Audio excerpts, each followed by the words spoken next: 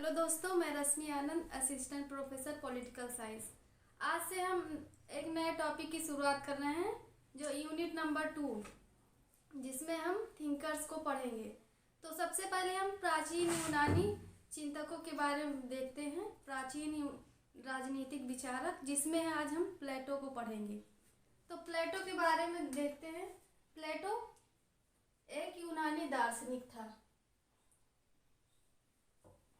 इनका जीवन परिचय पहले हम देखते हैं, फिर इनके विचार देखेंगे, जिसमें न्याय संबंधी विचार दिया है इन्होंने, शिक्षा संबंधी, साम्यवाद संबंधी विचार, दार्शनिक संबंधी विचार और फांसीवादी विचार, आदर्श राज्य संबंधी विचार और इनका जो उप आदर्श राज्य था उसका, और फिर हम इनकी रचनाएं देखेंगे। तो एक एक करके हम कंसेप्ट क्लियर करेंगे। तो सबसे पहले हम इनका जीवन परिचय जान लेते हैं। तो इनका जन्म 428 ईसा पूर्व एथेंस के एक कुलीन परिवार में हुआ था। अब ये कुलीन क्या है? ये राजा रजवाड़ा के परिवार से बिलोंग करते थे। पिता का नाम अरिस्टोन था। तो ये एथेंस के कुलीन परिवार से थे, बहुत उच्च परिवार से बिलोंग करते थे।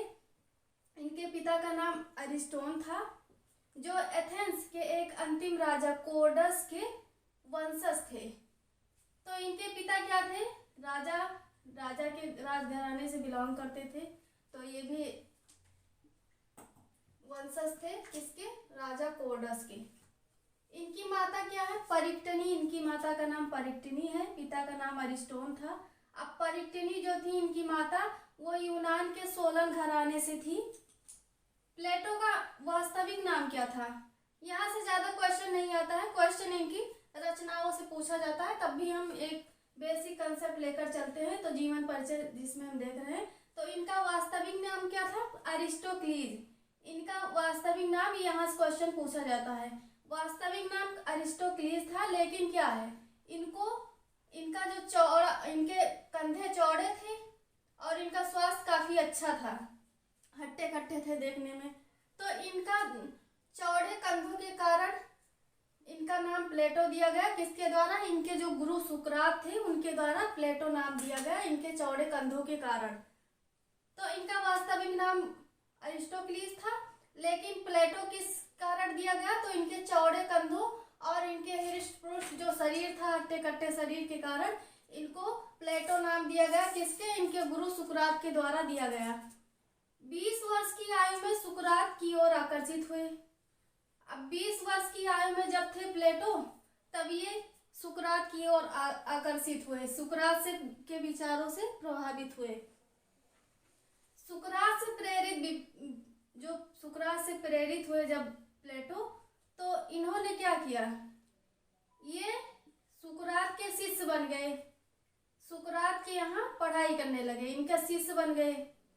तो जब प्लेटो ने सुकरात से जब प्रेरित होकर क्या किया? राजनीति की नैतिक व्याख्या दी, सद्गुण ही ज्ञान है।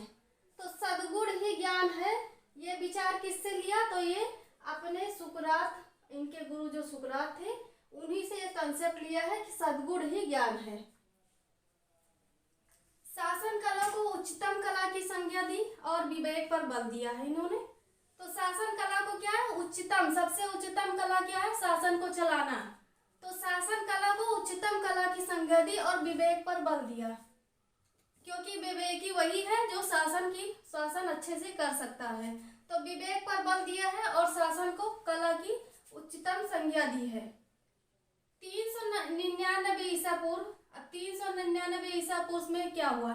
इनके गुरु को मृत्युदंड दिया गया, जब प्लेटो 28 वर्ष का था। अब इनके गुरु को मृत्युदंड क्यों दिया गया? उस समय क्या था? एथेंस में लोकतंत्र की सरकार थी, वहाँ की राजनीति बहुत उथल पुथल थी। वहाँ पे कोई भी राजा बन सकता था, अज्ञानी, ज्ञानी, मूर्ख सब राजा बन सकते थे। मतलब कि शासन प्राप्त करने के लिए सब पूरा उथल पुथल की सरकार थी उस समय वहाँ पे। तो सुकरात ने क्या किया? सुकरात जो है उस समय के शासन की जो व्यवस्था थी उसके खिलाफ थे, लोकतंत्र का शासन था उस समय। तो वहाँ की सरकार के खिलाफ इन्होंने क्या अपने विचार दिए। तो वहाँ की सरकार जो है भड़क गई। वो भड़क गई कि लोकतंत्र के खिलाफ इन्होंने, जो इनके गुरु सुकरात थे, सुकरात ने लोकतंत्र के खिलाफ अपने विचार दिए। तो विचार से वहाँ की सरकार भड़क गई और वहाँ की सरकार ने क्या किया कि सुकरात को मृत्युदंड दिया और जबरदस्ती जहर का प्याला पीने के लिए विवश किया। तो इस कारण से प्लेटो भी लोकतंत्र के विरोधी हो गए। इस कारण प्लेटो भी सबसे भ्रष्ट शासन किसको मानते हैं, लोकतंत्र को, क्योंकि इनके गुरु जो सुकरात थे उनको मृत्युदंड दिया गया था कौन सी सरकार, लोकतंत्र की सरकार में। तो लोकतंत्र शासन व्यवस्था में इनके गुरु सुकरात को मृत्युदंड दिया गया था कब, 399 ईसा पूर्व में, जब ये 28 वर्ष के थे। अब यहाँ से इनके जीवन में एक नया मोड़ आ गया। तो ये इधर उधर घूमते रहे। प्लेटो ने क्या किया, अपनी पुस्तक रिपब्लिक में सुकरात के सत्य तथा न्याय, जो सुकरात ने सत्य और न्याय का विचार दिया था, उसको उचित ठहराने का प्रयास किया, जो इनके जीवन का ध्येय बन गया। अब ये सुकरात को न्याय दिलाना चाहते थे, उनके विचारों को उचित ठहराना चाहते थे कि उन्होंने जो कहा वो सही था। तो यही उनके जीवन का ध्येय बन गया, किसके, प्लेटो के। प्लेटो जो है अपने गुरु सुकरात को न्याय दिलाना चाहते थे। लोगों का विचार है, अब लोगों के विचार से क्या है, प्लेटो क्या है, जब उनके गुरु को मृत्युदंड दिया गया, जब वो 28 वर्ष के थे, कौन, प्लेटो 28 वर्ष का था, तब गुरु सुकरात को मृत्यु दी गई थी। इससे क्या हुआ, प्लेटो के जीवन में एक नया मोड़ आया। लोगों का विचार है कि वह इस समय घूमता रहा इधर उधर, और इटली, यूनान और मिस्र के देशों में भी घूमता रहा, और कहते हैं कि भारत के गंगा नदी के तट पर भी आया। तो वो एकदम से बेचैन हो गया था जब उसके गुरु को मृत्यु दी गई, और इधर उधर घूमता रहा वो। इसी दौरान वह सिसिली के राजा डियोनिसिस को बहुत ही यहाँ से ध्यान से देखिएगा। तो डियोनिसिस राजा थे, कौन, सिसिली के राजा थे। उनसे इसकी भेंट हुई प्लेटो की। तो प्लेटो की भेंट सिसिली के राजा डियोनिसिस से हुई, क्योंकि ये डियोनिसिस को ही इन्होंने दार्शनिक राजा बनाने का प्रयास किया था, लेकिन वो विफल रहा। तो डियोनिसिस को क्या है, दार्शनिक बनाने का प्रयास किया, लेकिन विफल रहा। प्लेटो का एक कथन है, प्लेटो को क्या कहा जाता है, दार्शनिकों का राजा और राजाओं का दार्शनिक बनाने वाला कहा जाता है। 347 ईसा पूर्व 81 वर्ष की आयु में ये महान विचारक अरस्तु क्या है, इनके शिष्य थे। सुकरात के शिष्य थे प्लेटो, और प्लेटो के शिष्य थे अरस्तु। तो महान विचारक प्लेटो 81 वर्ष की आयु में अपने सैकड़ों शिष्यों को पीछे छोड़कर मृत्यु की गोद में सो गया। तो इनकी मृत्यु 81 वर्ष में हुई। प्लेटो ने राजशास्त्र का विवेचन 3 कृतियों में किया, रिपब्लिक, स्टेट्समैन और लॉज। तो इनके जो राजशास्त्र का विवेचन किया है इन्होंने, यहाँ से ये सारी बुक्स पूछी गई हैं, रिपब्लिक, स्टेट्समैन, लॉज, ये सब बुक पूछी गई हैं। तो राजशास्त्र का विवेचन किसमें किया गया, इन तीनों बुक में किया गया है। तो अरस्तु आदि सैकड़ों शिष्यों को पीछे छोड़कर 81 वर्ष की आयु में प्लेटो महोदय मृत्यु की गोद में सो जाते हैं, इनकी मृत्यु हो जाती है। राजशास्त्र का विवेचन इन्होंने 3 कृतियों में किया गया, Republic, Statesman and the Laws. Republic इनका बहुत ही महत्वपूर्ण ग्रंथ है। सभी ग्रंथ किसमें लिखे गए हैं, प्रश्नोत्तर संवाद और द्वंद्वात्मक पद्धति में लिखे गए हैं। किसमें, इसमें प्रश्न उत्तर का वही प्रश्नोत्तर संवाद हुआ है, मतलब प्रश्न उत्तर टाइप से उसमें लिखा गया है। और प्लेटो को क्या है, कल्पनावादी दार्शनिक कहा जाता है।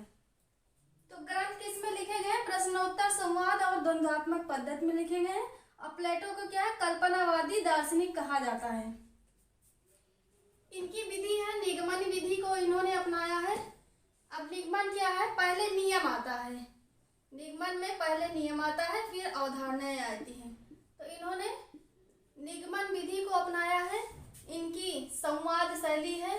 शैली क्या है? संवाद शैली है, मतलब बातचीत के माध्यम से बातचीत का इनके ग्रंथ में उसी का वर्णन किया गया है।